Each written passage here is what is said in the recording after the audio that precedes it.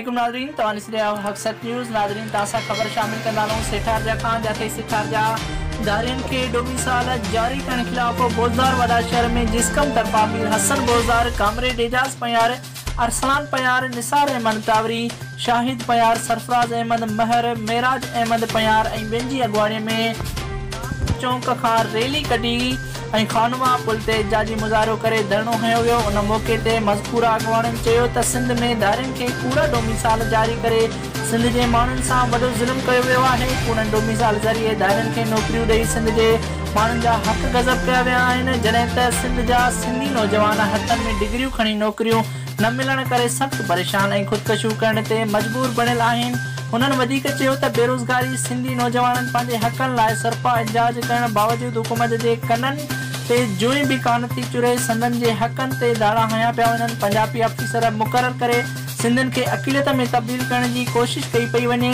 जंहिंजी सिर्फ़ मज़म्मत न पर असीं मज़ामत कंदासीं। हुननि वज़ीर आला सिंध खां मुतालबो कयो आहे त सिंध में दारियुनि खे जारी डोमिसाइल रद्द कया वञनि ऐं कूड़ा डोमिसाइल जारी करण ख़िलाफ़ कानूनी कार्रवाई कई वञे, न त ॿी सूरत में पूरी सिंध जे हर हिकु शहर में एहतिजाज जो दाइरो वधायो वेंदो। रिपोर्टर इल्ताफ़ भुट्टो, हक़सत न्यूज़, सेठारजा।